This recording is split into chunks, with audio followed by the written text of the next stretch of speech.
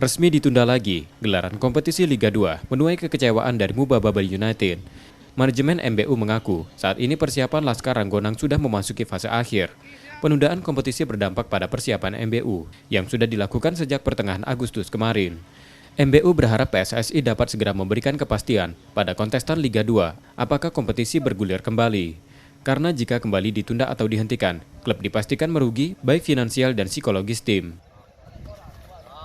Kami dari manajemen tim-tim Liga ini akan berkomunikasi lebih intens dengan PSSI, dengan Liga untuk kepastian. Kami akan mengejar waktu yang fix.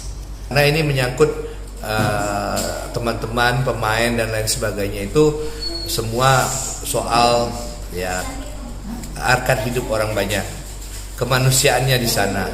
Mereka punya keluarga, punya tanggungan, mereka tulang punggung keluarga. Manajemen MBU mengaku sejak memulai latihan sudah menerapkan protokol kesehatan ketat, baik di dalam maupun di luar lapangan. Nur Muhammad, Kompas TV, Palembang.